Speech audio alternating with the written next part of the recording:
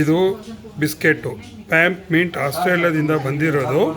ಇದನ್ನು ಇವಾಗ ನಾನು 2 ಪೀಸಲ್ಲಿ ಕಟ್ ಮಾಡಿ ಚೆಕ್ ಮಾಡಿದಾಗ ಈ ಪ್ಯಾಂಪ್ದು ಎಲ್ಲ ನಂಬರ್ ಗಿಂಬರ್ everything is there with this duration. ನೋಡಿ, ಈ ಬಿಸ್ಕೆಟ್ ತೂಕ ಬಂದು 50 ಗ್ರಾಮ್ಸ್ ಇದೆ.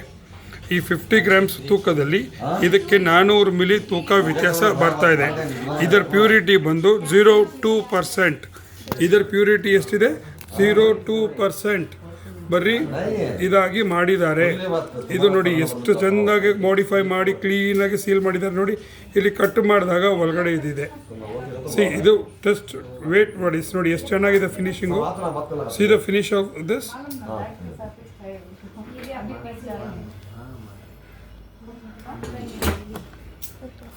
ಇದು 0.2% ಮಾತ್ರ ಬರ್ತಾ ಇದೆ.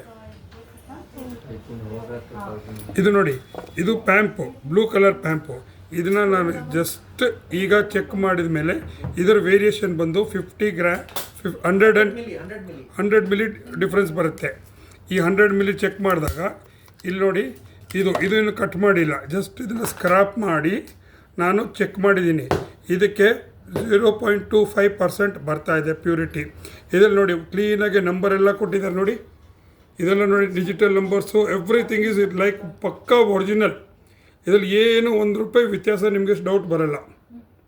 ₹1 ನಿಮಗೆ ಡೌಟ್ ಬರಲ್ಲ.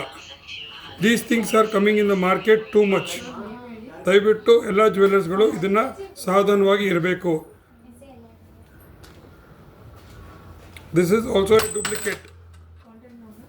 This is also a pakka duplicate 0.25% purity.